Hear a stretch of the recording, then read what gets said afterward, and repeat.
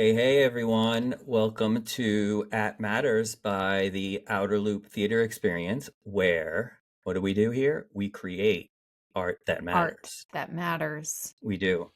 And what do we do and on this podcast? Yeah, so here on this podcast, we create a space. Hopefully, we're creating a space to explore the question, what are we here to do?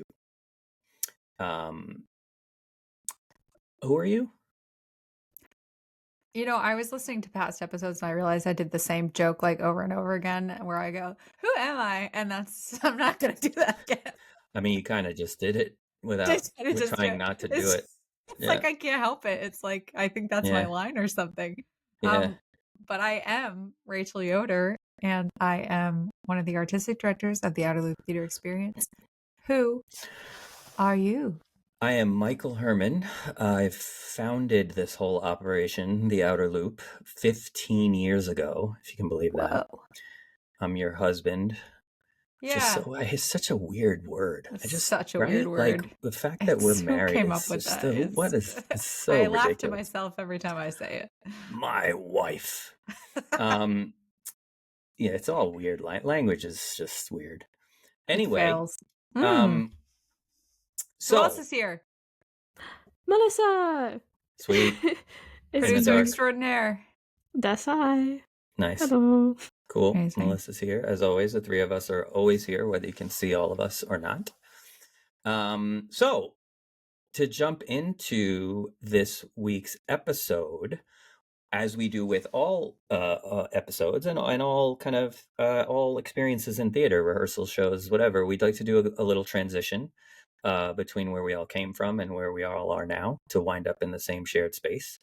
And often what we do in theater is we do an exercise or a game. So we're going to do the same thing here. And we're going to do a game that we do every time called 5 Things. And one of us is going to throw out a list of a category of 5 things that the other person doesn't know is coming. And they're going to have to answer it just off the top of their head without thinking. And then we're going to switch and do the other person. Cool? Mm-hmm. Can I throw it to you first? Okay. Okay, Michael. 5 things, and all of you listening, you can answer in your heads too, along with us. 5 things that inspire you as an artist. 5 things that inspire me as an artist. Seeing incredibly executed theater. Watching actors listen to each other and connect on a human level and really be present. Music.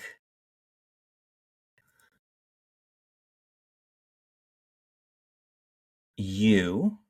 Aw. And what was the question? 5 things that inspire me as an artist. The friends and family I now have in Tanzania.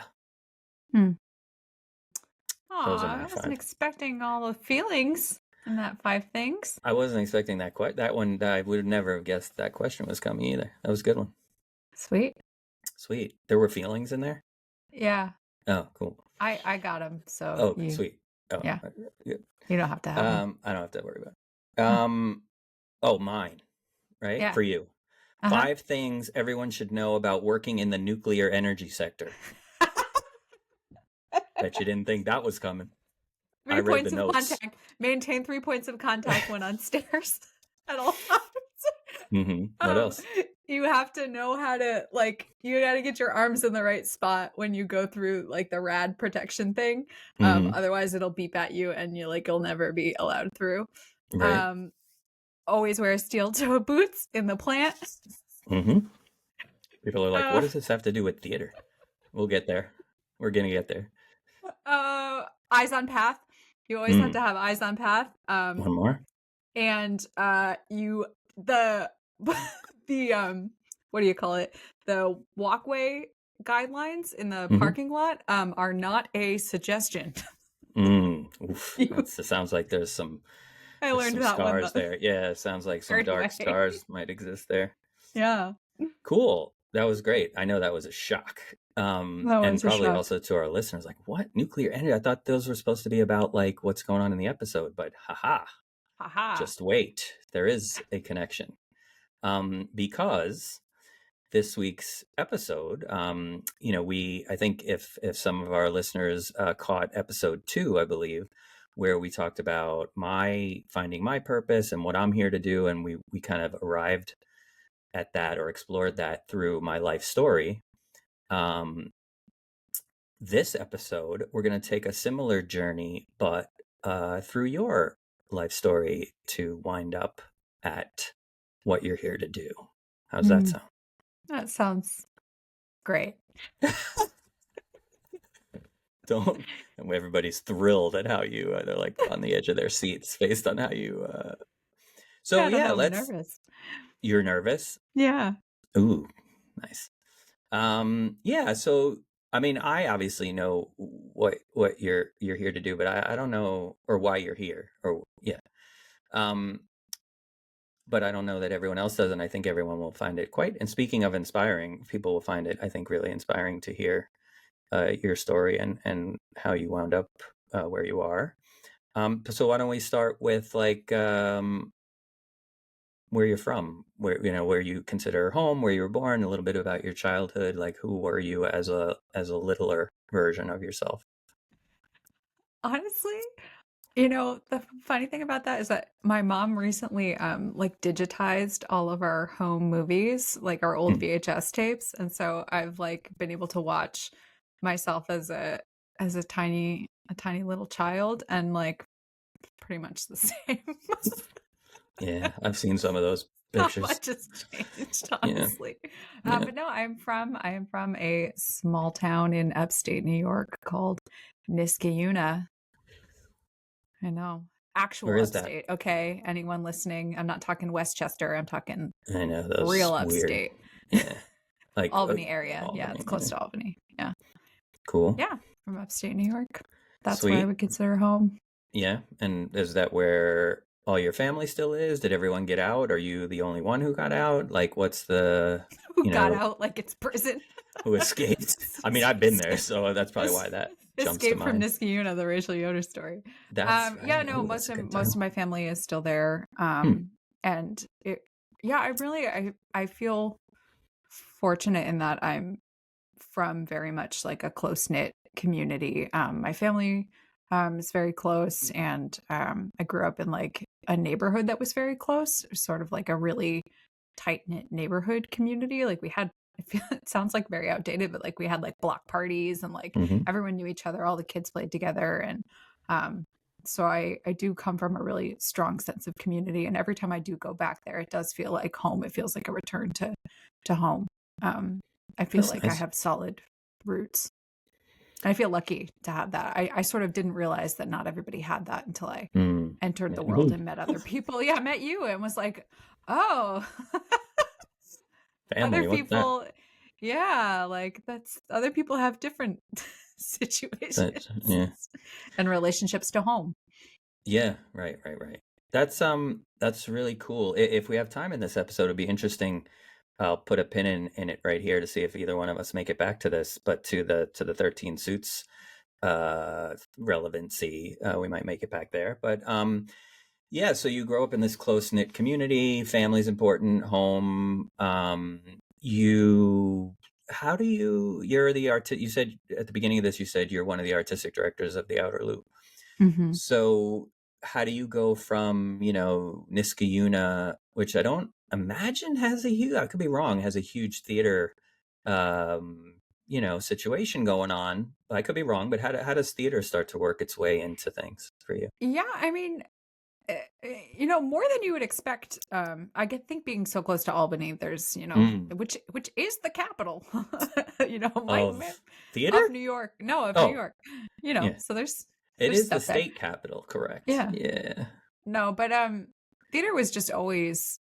I've been lucky in that it has always been a part of my life. I mentioned those videos that like the digitized home videos, and there's this video of me, and I'm 3 years old, and I'm like dancing around the living room, and my mom is kind of like, what are you doing?" And I'm like, I'm a ballerina." And No, I of go, course. where do ballerinas dance?" And she's like, "On the stage." And I go, "Okay, I am on the stage." And it's like, Mm, I think it was just like, it started there it really, I was just always like, "Oh, I am, if that is where, on that's where stage. these people are who perform, they're on the stage, Mhm, that is where I will be. I will be on the stage." And then mhm. so it's embarrassing, this video, because I'm like giving my mom lines to say to me, and then she's saying them, and like some of them I'm like, "Okay, now say, 'Wow, look at her.'" And my mom goes, Yikes. "Wow, look at her." It's like, so I think it was just always there. That was just always part of, I just knew that's what I was supposed to do. Like, be on stage, Be on the perform. stage, perform, and yeah, I just like, I would act out, and my mom would like read Little Miss Muffet, and I would act it out. I would just like be miming all the different actions, Mm. and we call that Rachel's first play. But it was We just who? constant. We, the family, Ah, my family. Yeah. cool. Yeah. Not we, the theater community. We, the theater community. Set this down in history as Rachel's As first Rachel's play. first play. Yeah, but I was just, I feel lucky in that my, my parents recognized that Mm, impulse really quickly and directed me towards, okay, here, be in dance class and music mm, lessons and theater camp, and so I had all of those opportunities and loved it. Those mm. just felt like, it felt like home. Those felt like my people. It was all kinds of other kids who also were doing the same things, and so I had, my family recognized that impulse and put it in the right place. So I always felt like I had that outlet for it. That's interesting because I think we both know a lot of. I'm interested in the answer to this question because I think a lot of uh, young people who go into theater may not have.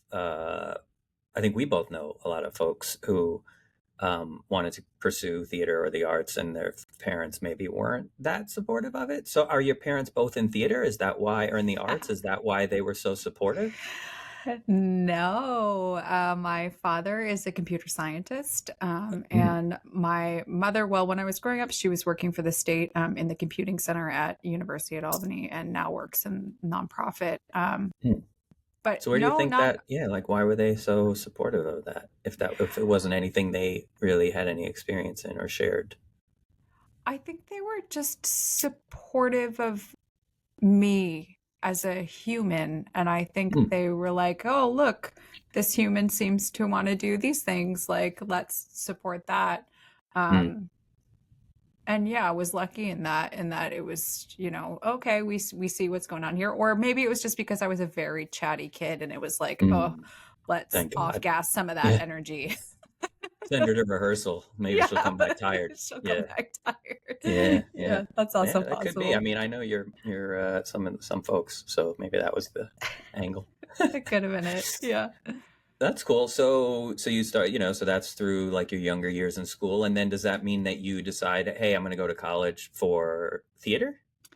Well, so I, middle school, it stayed part of my life, was always Mm, in drama club, and I was not thrilled with the rest of the middle school experience. So drama club was kind of the only place that I felt like I had friends, or that I felt like I belonged. mm, High school, same situation. I was not popular. I had a hard time fitting in with people. I never felt like I fit in anywhere. I sort of tried to be friends with different groups of people, and it didn't really work out. I just didn't mm, feel like I was cut from the same cloth. Just always felt like I was on the outside and couldn't really connect, except in drama club, except in theater. mm, Um, that was the only place that felt like home for me, and mm, that I felt like I had anything really to offer, or that I felt comfortable or safe. And um, so it was a big part of my life, middle school and high school. And then, yeah, so deciding to go to college, um, I did want to major in theater. I knew that that was what I wanted to do. And I was sort of strongly encouraged to, okay, you can do that, but also you should have another major, and that one should be something that you can do as a job. sort Because you of can't the do theater suggest. as a job. That was the implied, Suggestion. yeah, Right. understanding Mhm. at the time. And so deciding to go to college was a little bit of a struggle because I really wanted to go to Emerson College in Boston. I was sort of like, I became like obsessed with it because it was all, the whole focus was theater and broadcast journalism, which was the thing I said I would also do as a major. That would be my job. I was like, okay, I can't do theater as a job, but broadcast, that seems similar. That seems close. I get to talk for a living. That I'll do that. And Emerson was known for those two things. So I became kind of like obsessed with that school. And I got in and really wanted to go. But then this sort of conversation quickly became about how much debt. I mean, there was like no financial aid, and that would have been crippling debt. And at the time, not knowing I was 18, I thought, well, whatever, everybody's seems to be accumulating debt. What does that matter? But I could go to a state school for free between a scholarship that I had gotten and then a different program. I could go there without having to, I mean, completely for free. And so had some tough conversations because I was so stuck on what I wanted to do, but did wind up going to SUNY Brockport for college. And I am enormously grateful for that decision that freed me from accumulating debt from undergrad. So you go there and you major in theater and broadcast journalism? Two Theater double and major. broadcast journalism. Yep, I went in Cool. as a double major. And how does that go? Well, it was fine for a while, and I was doing both, and I was in all the shows, and then I was doing Brockport Campus News. So I was doing some like news anchoring. Today on Main Street, there was a line outside the pizza place. That's pretty much all that was happening in Yeah. Brockport. Yeah. But what happened was that I had an opportunity my junior year to intern at the local Lort Theater, which is Jiva Theater in Rochester. And that would take me out of school for a whole semester. And then I also had an opportunity to study abroad in Dublin that same year, studying theater at the Leinster School of Music and Drama in Dublin. And I couldn't do both of those things and maintain the communication major. So I had to make a decision because I wanted to do both of those things to drop the communication major and just graduate with a theater major. So that was what I did. So you graduate with a theater major, and then what? You're suddenly the artistic director of the Outer Loop. No. Ha ha ha ha ha. Absolutely No. not. Oh. No. So what No. so what happens? How do you find your way into the huge world of nonprofit arts organization? So my final year of school was when you and I met, and you directed a show that I was in, and that, I feel like my undergraduate theater education was very much a liberal arts, theater education, in that it was kind of the basics, but I didn't really get trained as an actor, I would say. I learned how to, hang a light, and I was in shows, but I don't know that I learned how to be an actor there. But then being in the show that you directed was sort of like my first foray into like, oh, like this is what the real people who do this do, and like the exercises that we did in rehearsals. And it was my first time, we explored like Michael Chekhov work, and the things that we were doing directly impacted the performance, and I got better as an actor. And then we did this crazy thing where we switched roles. We each learned each other's roles, and we switched roles each night, and that like disrupted the whole theater department. Was like, no, you can't do that. And we just did things differently, and that was really exciting for me as an artist. And that was around the time that you founded the Outer Loop. And so then after graduating, I wanted to do more of that type of work. So we continued to work together with the company. and it was just it was exciting work. I enjoyed doing it. It was like nothing I'd ever done before. So that is how I did first start with the outer loop. That's cool. So then we start doing we do some work with the outer loop in Rochester, and then what happens? Then there's like a Rochester exodus, right? Yeah, I mean, I was hell bent on I was going to New York City after I, finished school. So I really wanted to go to New York and be an actor. You and everyone else. Yeah, exactly. And I had a couple attempts at that because it didn't really work out so well the first time that I went. It was not smooth sailing. Yeah. I went to New York. I mean, you and I were then dating at the time, and I was like, I'm going to New York. And you're like, cool, been there, done that. Also, fun. I have a job up here. So, like, have fun. We'll stay together, but like, enjoy that. So I subletted an apartment in Astoria and had multiple roommates. One of them had a cat. I'm allergic to cats. That was not fun. The ceiling was leaky. Like every time it rained, we had to put pots and pans in the kitchen because it was like raining. People think that stuff only happens in movies, but I have saw video of it. Yeah, I was there. I visited when that was happening. Yeah, and I was just, I was like cocktail waitressing and working till 3-4 in the morning and not really knowing how to find auditions. I was like finding random stuff on Backstage. That was like definitely I went to some sketchy auditions that were like not auditions, and I was miserable. I mean, I wasn't doing what I thought I'd be doing. It just wasn't how I imagined it in my head. So it's not going well there in terms of like pursuing what you feel you should be doing, which is acting. Mm-hmm. So what does that mean about like what steps you need to take to get back to that? Where do you go from the New York phase of things? Yeah, so I that phase I was miserable and you were still in Rochester, and so I left New York for the first time and went back to Rochester and worked with the Outer Loop on a couple of productions just to kind of get back to like this is the kind of work I want to create. This is like the art that I want to be making. This is like more of what I want to be doing versus what I was doing in New York, and that filled me back up, I think, as an artist again, and made me feel more like a person. Like, okay, I'm back on my feet again. This does have meaning. It's not just like sadness and like strange backstage situations and like creepy people. There's like, this does matter. Sorry, Backstage. Sorry, Backstage, but sometimes there's creepy people on there. Okay, be careful. I will cut that out. Yeah.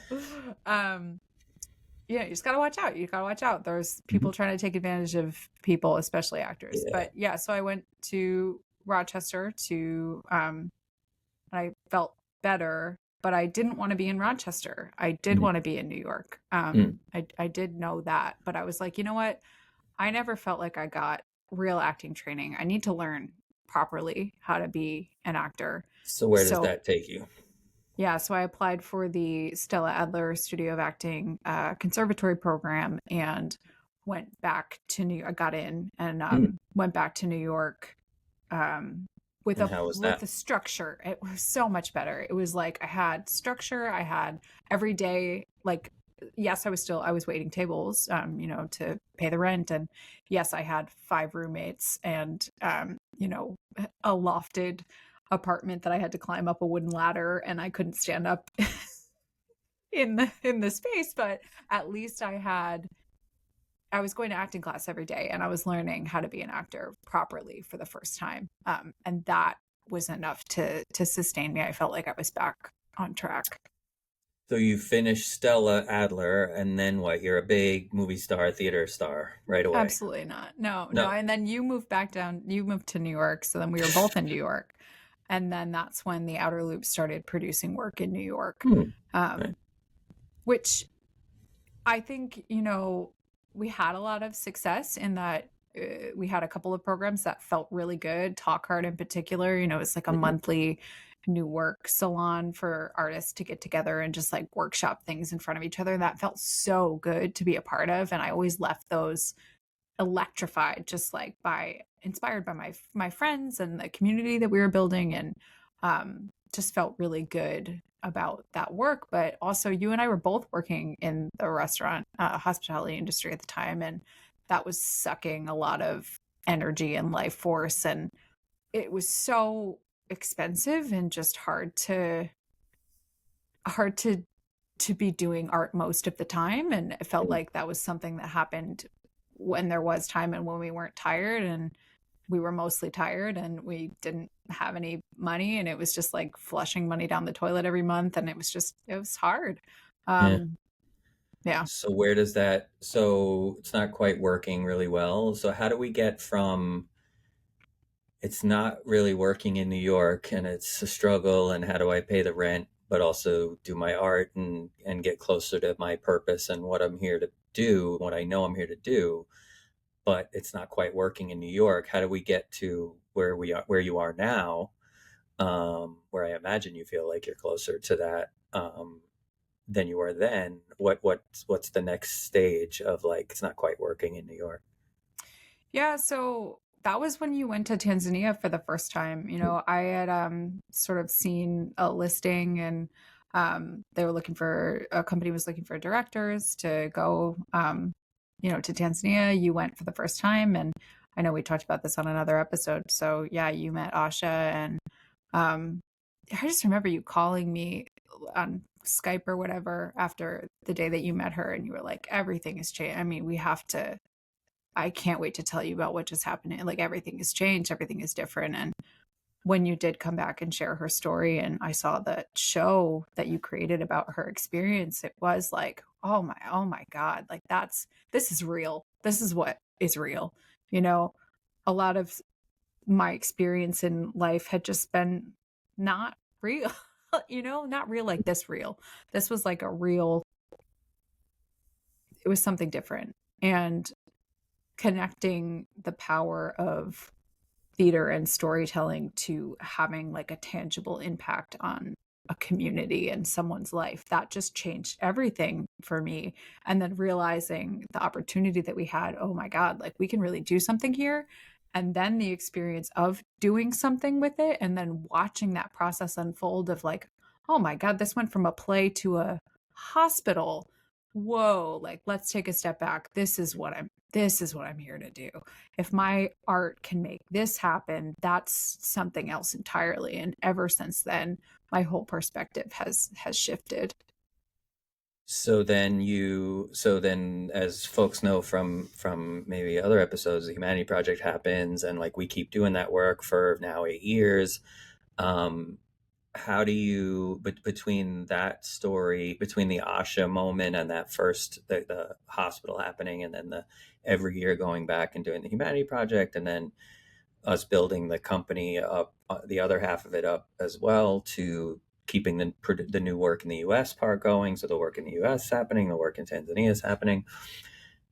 How does that then find its way into you feeling like you're living your purpose and what you're here to do as a theater artist or just as an artist in general? Does it all happen through the outer loop and that work? Are there any other pieces to it, or like how do we, because we're pretty getting pretty close to where we are right now, is there anything else that kind of comes into your life that adds another piece to that?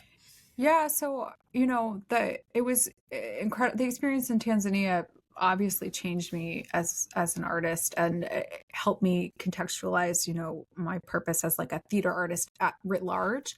But I think there was always just this like there became, I guess, like a gnawing inside that like, yes, that, and I I specifically, I'm an actor also, and I still felt like in my craft, in my acting, that I hadn't quite cracked it. Like my training at Adler was really good, but I didn't feel like I had a repeatable process. It felt like I would stumble on something that was close to like what acting was supposed to be, but I didn't know how to do it um, every time. So I just felt really called to deepen my training again. And then I decided to go to grad school, decided to get my MFA. So I applied and, you know, having learned the lesson of undergrad, I was like, yeah, this is gonna, if I'm gonna go to grad school for acting, it's not gonna accrue debt again. So I went to a program that was fully funded and that also paid a living stipend. So I went to Northern Illinois University, and that's kind of what took us to the Midwest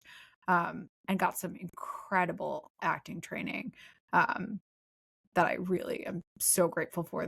That also deepened my understanding of my purpose as an artist, my power as an artist, and just the the nobility of deepening your craft. So that's a big part of my journey. So while I was in grad school, I was lucky in that you were building the company up to so that stayed alive, and I was able to continue to practice my artistry through the company as well. And then, yeah, that takes us pretty close. Yeah, so in the last few minutes that we have, so you graduate from you get out of grad school, and yeah, that we're pretty close to present day. So yeah, in the last few minutes we have, how does life between grad school and like where you are today um, help you both understand where you are in terms of what you're here to do and living your purpose, and then how does that get communicated to those around you?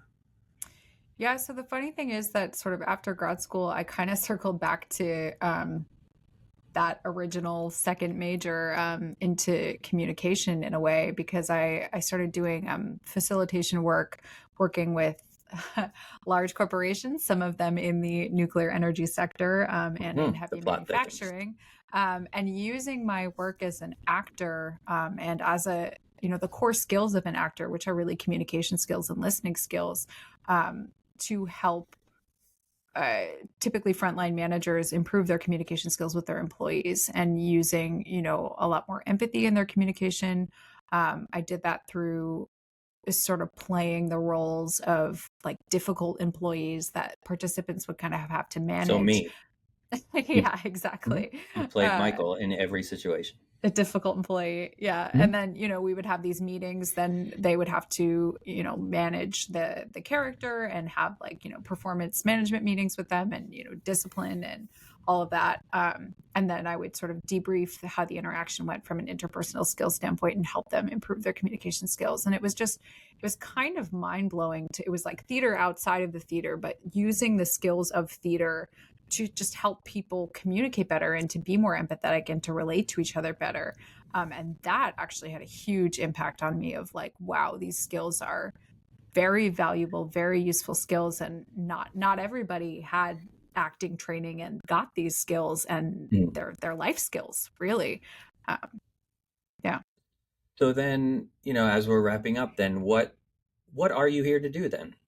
Like why are you here? What are you here to do? What what do we take from all of that, from that story? I'm here to help people connect to empathy and take that into how they relate to each other, um, so that to help in whatever way I can shape society into a place where we consider the full person. Oh, I'm getting emotional talking about this, but like before we react to and deal with that person, because it's so easy for us to jump to judge each other and to jump to conclusions about somebody and to, you know, name call and just react from that place without considering, you know, what makes this person the way they are, and, you know, considering the full human being. Um, but that's my purpose, whether it's on stage creating a full human being for you to witness, okay, yeah, wow, that's a full person, or through, you know, the facilitation work of, hey, your employees are full human beings with a life story and you don't know what brought them to that place where they are today, where they're missing the mark or Mhm. whatever. Or with the company, you know, looking at, hey, look at this story from this place of, you know, people who have a very different life situation than you. These are full human beings. Just like reminding each other of our shared humanity. That's what I'm here to do. That's cool. I mean, that works out well since that's what I'm here to do. Yeah, So we that's make a good cool pair. that we're both, yeah, yeah. That's probably also a really good place to, I think, leave it for now. I'm sure we can circle back and we'll circle back to a lot of those themes and issues in future episodes. Um, is it fair though, in wrapping up, to say that as an artist, you what or I guess I should ask it this way: what as an artist, what kind of work are you interested in doing?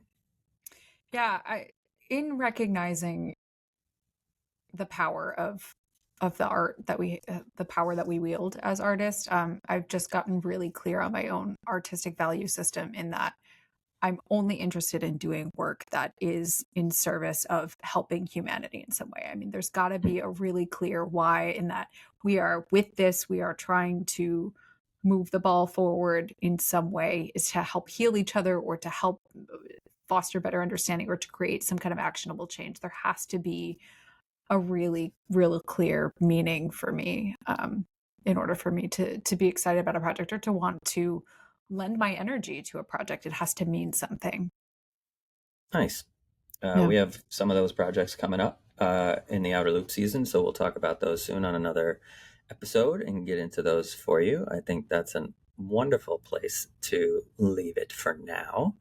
Now everyone knows the Rachel Yoder story, um, which is thrilling Filling, from I mean, beginning to end, that's nice. especially having lived just about half of it with you.